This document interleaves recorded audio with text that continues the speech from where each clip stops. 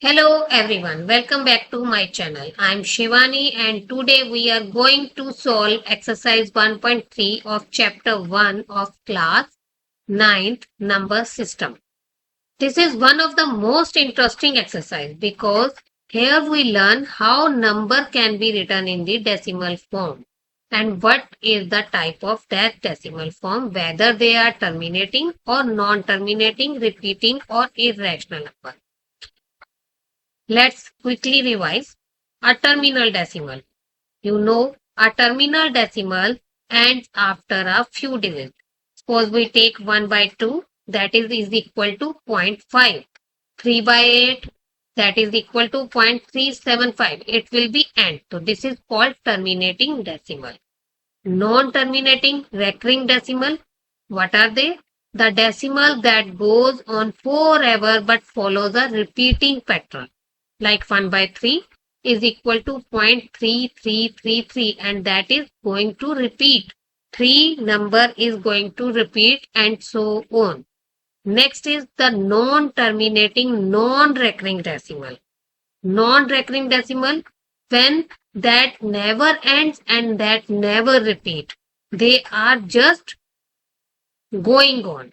Like if you take under root 2, the if we change it into the decimal, that is 1.41422135 and then repeated or going on and so on.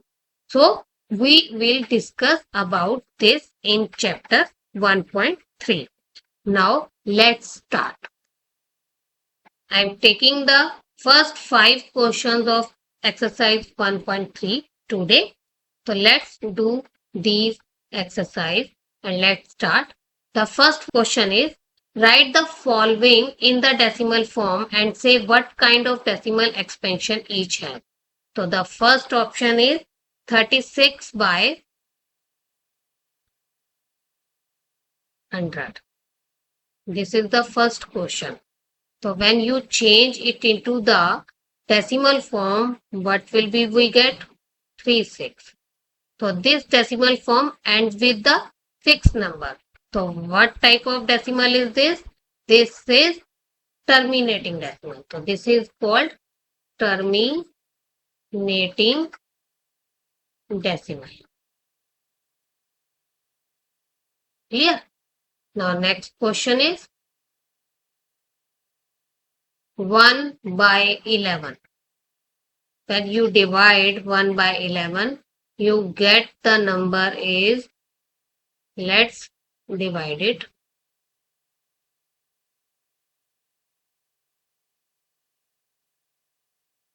First 0.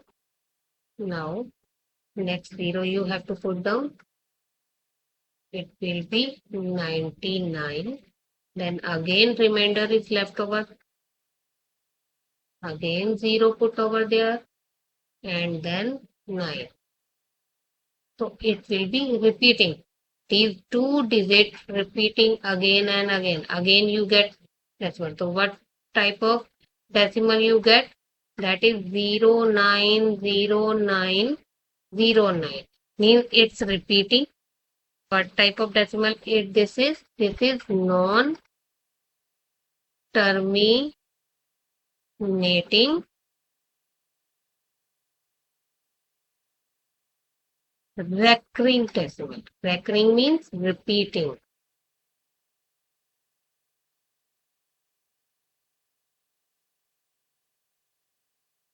Okay. Third part. Third part is 4 1 by 8. Change it into the proper fraction, that is 33 by 8.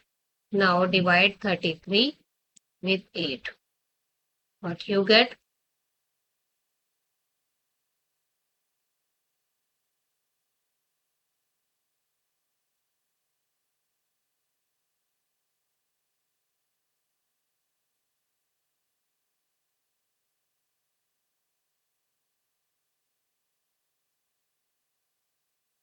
Now you get 4.125. So this decimal part, what type of that is? That is same again, that is the terminating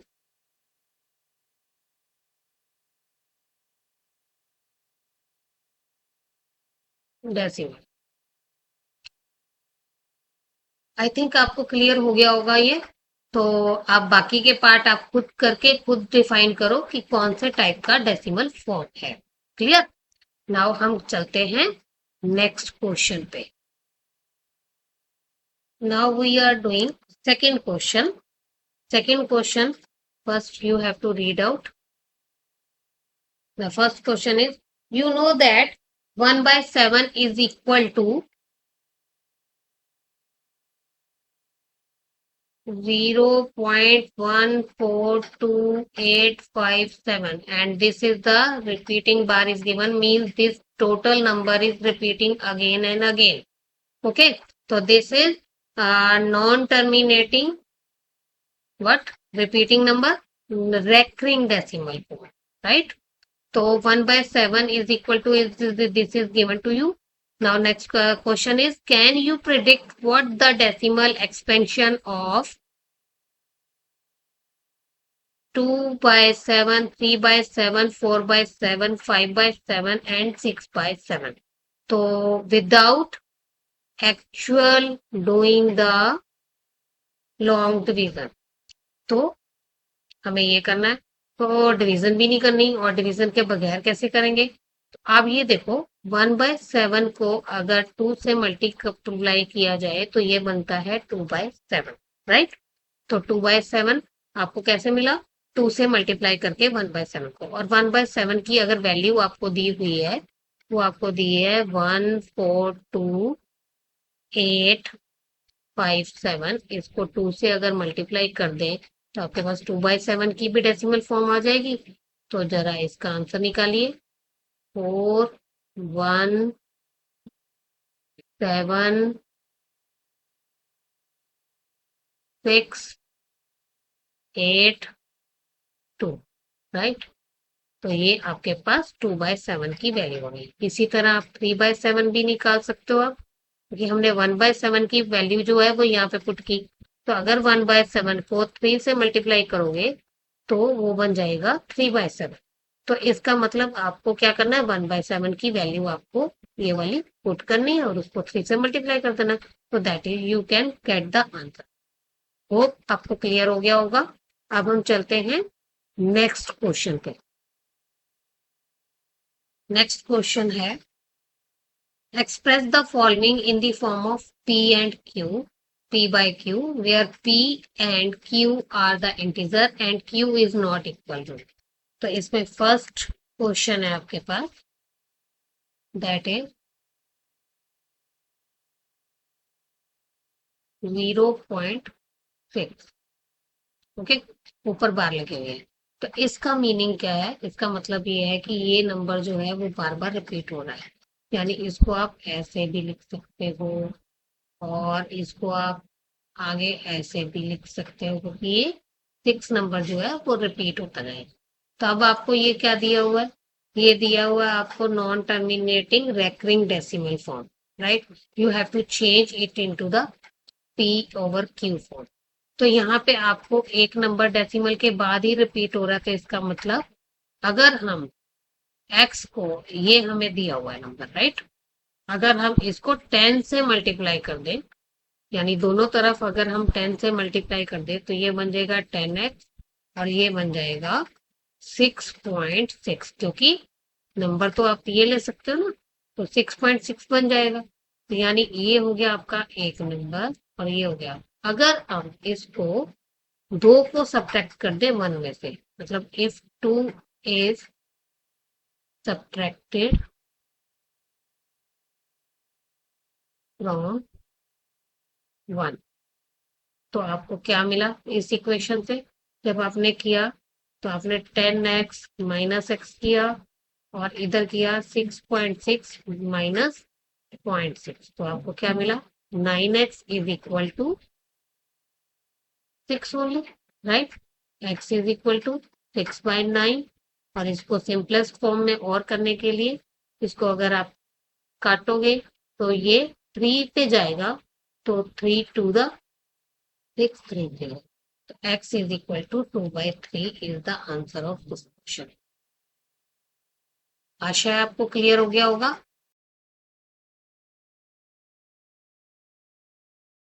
अब करते हैं हम second option. Second option में अब आया हमारे पास second question, 0.477 number is repeating. फिर दोबारा से x इज इक्वल टू 0.47 लिखा और सेकेंड 10 से मल्टीप्लाई किया तो 10x इज इक्वल टू 4.7 आया। लेकिन अगर हम इन दो नंबर्स को सब्ट्रैक्ट करेंगे तो हमारे लिए थोड़ी सी मुश्किल हो जाएगी, क्योंकि 4.7 में से 47 जो है वो माइनस किया तो हम रैशनल नंबर नहीं बना पाएंगे पी क्यू फॉर्म का। तो इसलिए हमें जो फर्स्ट सेकंड वाले को फिर अगेन 10 से मल्टीप्लाई करो। तो इसको अगर हमने मल्टीप्लाई किया 100x इज इक्वल टू, ये बन जाएगा 47.7, राइट। ये थर्ड इक्वेशन होगी। आप क्या करेंगे, अब आप करोगे 100x को आप ऐसे भी लिख सकते हो। ये वाली जो इक्वेशन है इसको अगर हमने सेपरेट करना हो, 47.7 टोटल आए, 43 में आपका 4.7 जो है वो इंक्लूड हो जाएगा। क्लियर। तो इस तरह भी लिखा जा सकता है।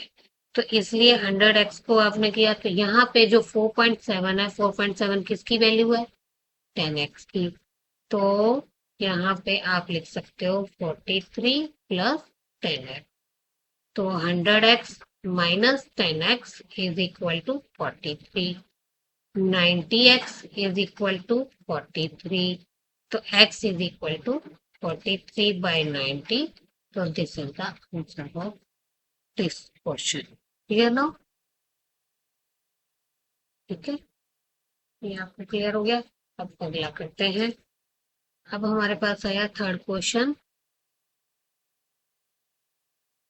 001 ऊपर बार। इसका मतलब अब तीनों के ऊपर बार है तो इसका मतलब सीधा 1000 से मल्टीप्लाई कर देंगे। तो x is equal to,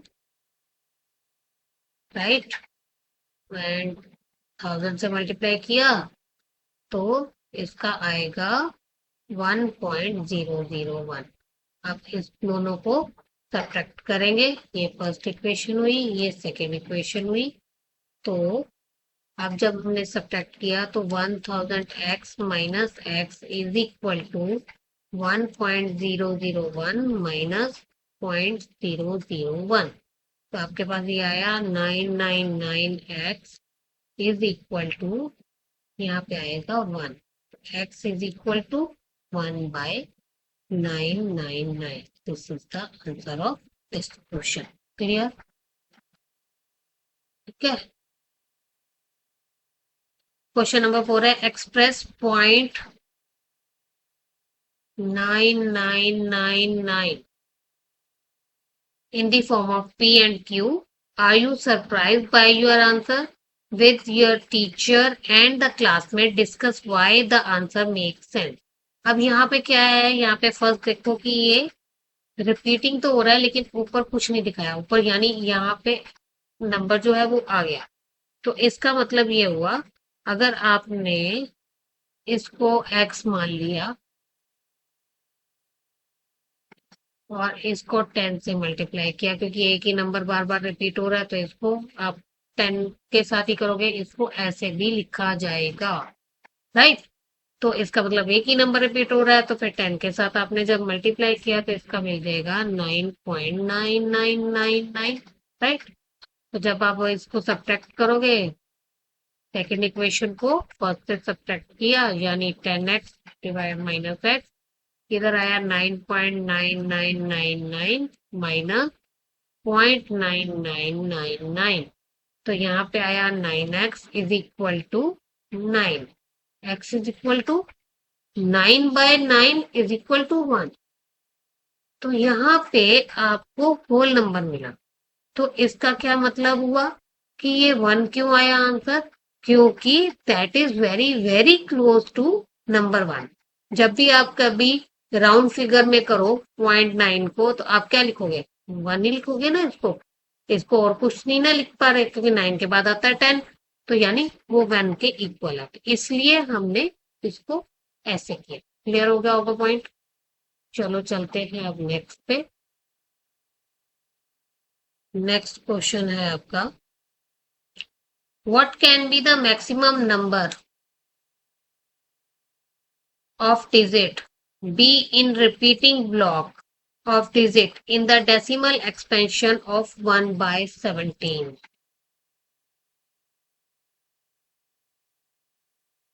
question है 1 by 17 को आप डिवीजन करके देखो कि ये कितने, विदाउट डिवीजन अगर आपने बताना हो तो कितने डिजिट के डेसिमल रिपीट होंगे, तो इसमें आंसर आएगा लेस देन 17। इस 17 से कम ही होंगे क्योंकि आपके पास जो न्यूमरेटर डिनोमिनेटर है वो 17 है, तो इससे ये लेस देन ही हमेशा आंसर आएगा जितने भी रिपीटिंग अगर डेसिमल नंबर में आंसर आया। फिर भी अगर हमने क्वेश्चन करना हो तो हम इसको कैलकुलेटर पे बता सकती हूँ मैं करके। The answer of the number is 58823941764705. Let count this number. 1 2 3 4 5 6 7 8 9 10 11 12 13 14 15 16 17, क्योंकि 5 नंबर जो है वो रिपीट हो रहा है यहाँ से अगेन, फिर अगेन यही नंबर आगे आएगा और रिमाइंडर बचता जाएगा। तो इसमें कि यहाँ पे 17 से कम ही आपके पास डेसिमल्स में नंबर आएगा जो फिर अगेन रिपीट होता जाएगा। आई थिंक क्लियर हो गया होगा आपको। आज हम इतना ही करेंगे। नेक्स्ट 5 से आगे क्वेश्चन जो है वो नेक्स्ट वीडियो में करेंगे। अभी आप इतना ही करो, इसके साथ वर्कशीट अटैच कर दी जाएगी जो कि आप 5 तक जितने भी हमने क्वेश्चन जितने भी तरीके के हैं उसी के रिलेटेड क्वेश्चन होंगे, उनको आप सॉल्व कर सकते हो।